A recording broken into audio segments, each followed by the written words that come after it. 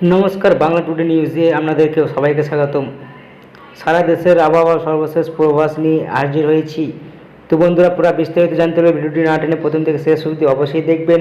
আর আপনি এই মুহূর্তে কোন জেলা থেকে ভিডিওটি দেখছেন আর আপনার জেলার আবহাওয়া কীরকম রয়েছে পুরো বিস্তারিত জানিয়ে দেবেন ভিডিওটি কমেন্টের মাধ্যমে। তো চলুন বন্ধুরা, আর দেরি না করে আজকের ভিডিও শুরু করা যাক।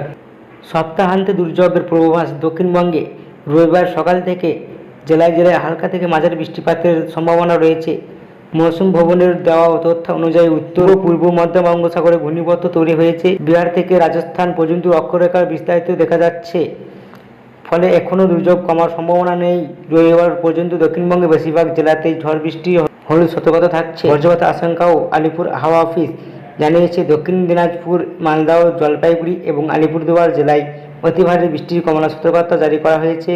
দার্জিলিং সহ বাকি জেলাতেও ভারী বৃষ্টি হলুদ সতর্কতা, রবিবার থেকে লাল সতর্কতা জারি করা হয়েছে। আগামী 3 দিন পার্বত্য এলাকায় ধস নামতে পারে। দক্ষিণবঙ্গে আংশিক মেঘলা আকাশ, বাতাসে জলীয় বাষ্প বেশি থাকার কারণে গরমে এবং অস্বস্তিকর বজায় থাকবে।